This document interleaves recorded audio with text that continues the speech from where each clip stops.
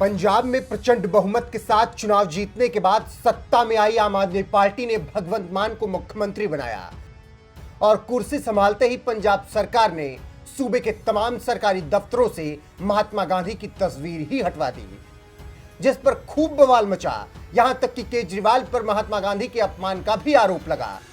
ये बात तो आप भी अच्छी तरह से जानते हैं और आज वही भगवंत मान अपने पार्टी अध्यक्ष अरविंद केजरीवाल के साथ गुजरात में क्या कर रहे हैं, जरा ये भी देख लीजिए। ये तस्वीर देखकर आप समझ गए होंगे कि जगह बदलते ही अपने सहूलियत के हिसाब से इंसान किस तरीके से बदल जाता है। भगत सिंह के नाम पर पंजाब में चुनाव जीतना था तो आम आदमी पार्टी ने पूरे चुनाव में भगत सिंह के नाम का खूब हो हल्ला मचाया और चुनाव जीतने के बाद सरकारी दफ्तरों में भी भगत सिंह की तस्वीरें लगवाई, जो कि ठीक भी है। लेकिन भगत सिंह को सम्मान देने के चक्कर में केजरीवाल की पार्टी पर महात्मा गांधी के अपमान का आरोप लग गया, क्योंकि पंजाब के सरकारी दफ्तरों से महात्मा गांधी की तस्वीरें हटवा दी गई। और अब जब गुजरात में विधानसभा चुनाव करीब आ रहा है तो आम आदमी पार्टी के मुखिया अरविंद केजरीवाल अपने साथ पंजाब के सीएम भगवंत मान को भी लेकर उस गुजरात पहुंचे जहां महात्मा गांधी जैसी हस्ती ने जन्म लिया था।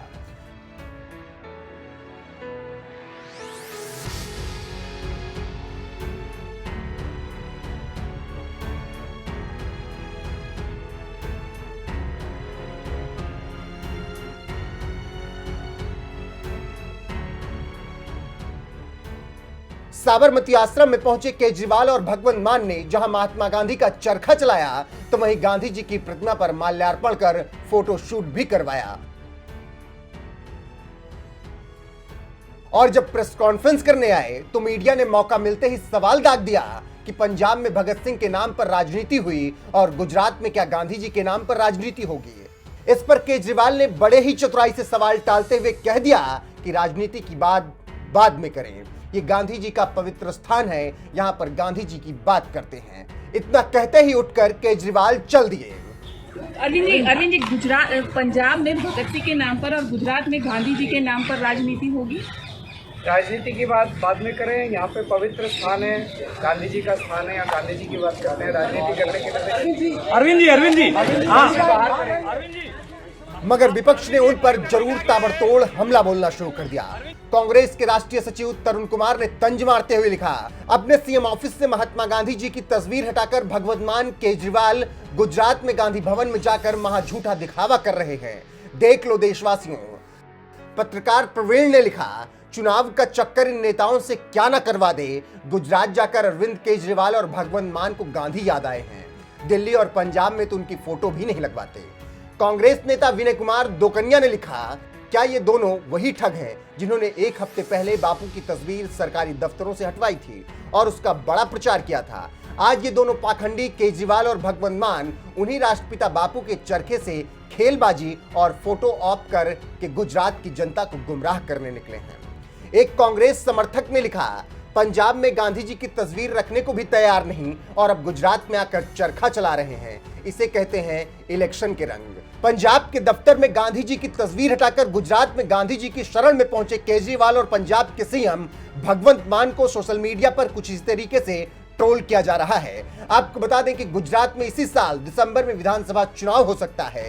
यही वजह है कि एक तरफ जहां पीएम मोदी, अमित शाह जैसे तमाम बीजेपी नेता अभी से रोड शो और रैलियां कर चुनावी माहौल बनाने में जुटे हुए हैं, तो वहीं दूसरी तरफ केजरीवाल भी पंजाब के नए नवेले सीएम भगवंत मान को लेकर गुजरात में चुनाव प्रचार करने पहुंच गए।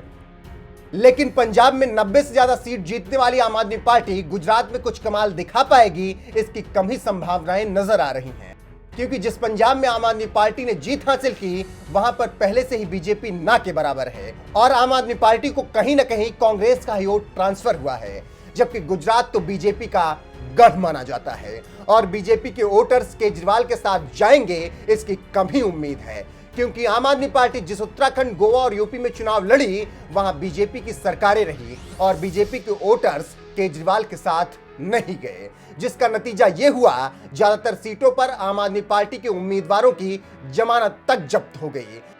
बहरहाल इन सब के बीच जिस तरीके से केजरीवाल गुजरात में गांधी जी की शरण में पहुंचे हैं, इस पर आपका क्या कुछ कहना है, अपनी राय कमेंट कर हमें जरूर बताएं।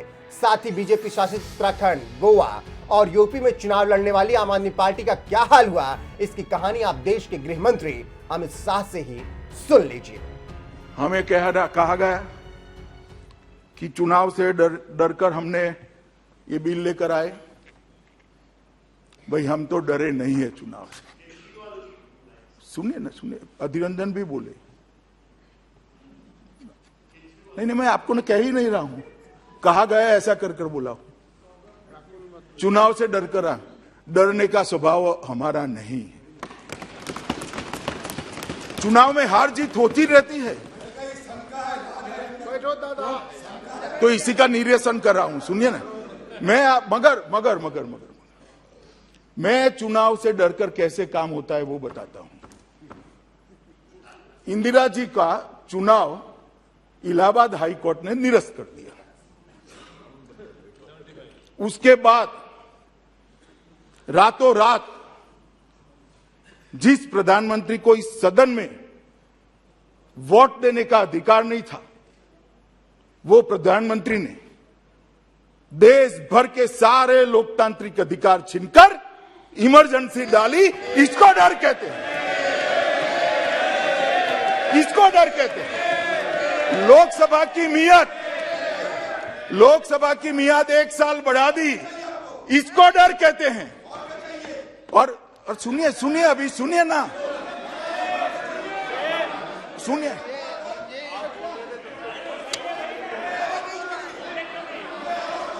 माननीय अध्यक्ष जी, इमरजेंसी डर कर लाई गई थी। सारे लोकतांत्रिक पार्टियों के नेताओं को, लाखों लोगों को डरकर जेल की सलाखों के पीछे डाल दिया गया था। सारे अखबारों के एडिटोरियल यहां से तय होते थे। आकाशवाणी पर एक प्रसिद्ध गायक की आवाज को बैन कर दिया गया था। ड्यूएट गाने भी सिंगल आवाज में आते थे। इसको डर कहते हैं।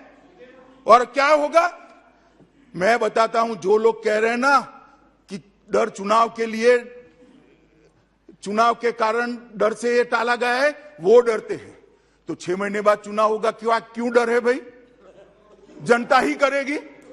अगर जीतने का विश्वास है तो अभी क्यों चुनाव चाहिए? मैं देता हूं बाद में क्यों किया इसका जवाब भी। अगर जीतने का विश्वास है तो क्यों अभी ही चुनाव चाहिए?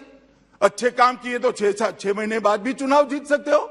डर इसको कहते हैं कि अभी चुनाव करा लो, आनंद फानंद में जीत जाएं।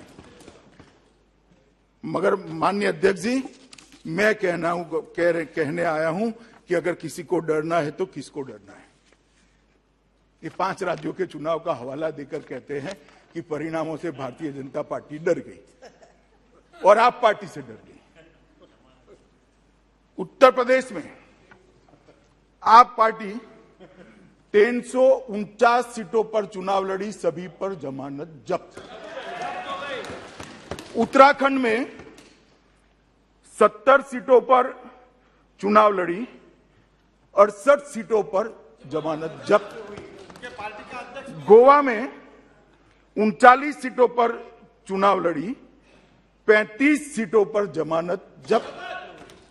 पंजाब में अच्छा परफॉर्म करा, मणिपुर गए नहीं। हम किससे डरे भाई? मैंने सुना था, आपका भी बताता हूं, बैठो कांग्रेस का भी बताता हूं।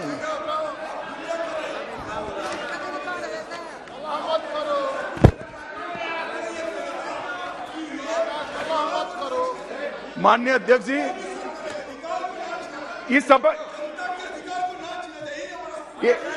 इस विषय पर भी मैं आता हूं भाई।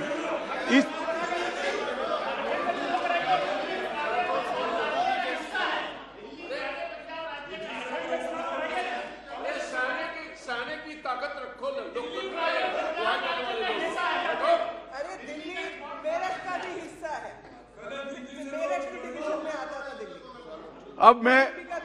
अब मैं सुनिए, कांग्रेस पार्टी के काफी सांसद बोले डरना। भाई हम क्यों डरे? हमें डरने जैसे परिणाम ही नहीं है। कांग्रेस पार्टी 454 सीटों पर चुनाव लड़ी, कांग्रेस पार्टी 575 सीटों पर चुनाव लड़ी, 475 सीटों पर जमानत जब्त। अब डरना किसको है भाई, डरना किसको है? देश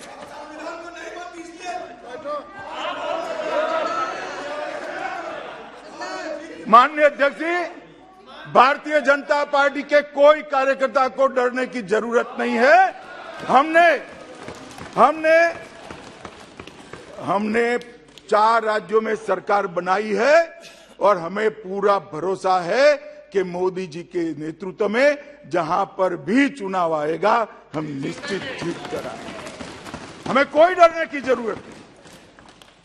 और भाई मैं आपको बताना चाहता हूं, हम तो जब 2 थे तब भी नहीं डरते थे, अब तो 302 है। और यहां से उस वक्त तंज कसे जाते थे, मैं नाम नहीं बोलूंगा नेता का वरना पॉइंट ऑफ ऑर्डर उठाएंगे, मगर तंज कसे जाते थे हम 2 हमारे 2।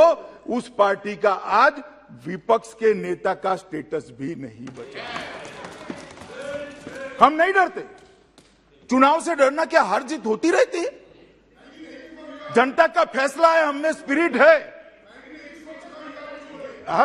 मैंने यही कहा। आप ट्रांसलेशन मिस्टर सुरेश, मैंने ये ट्रांसलेशन मोड पर रखिए, आप ट्रांसलेशन मोड पर रखिए। मैंने यही कहा है कि हम 2 थे तब भी नहीं डरते थे, आज 302 है, क्यों डरे? ना अहंकार की बात है, ना गमी का विषय है। जनता का फैसला लोकतंत्र में सबको स्वीकारना चाहिए और ये स्पिरिट भी, इसमें डर का कोई सवाल नहीं। माननीय अध्यक्ष जी,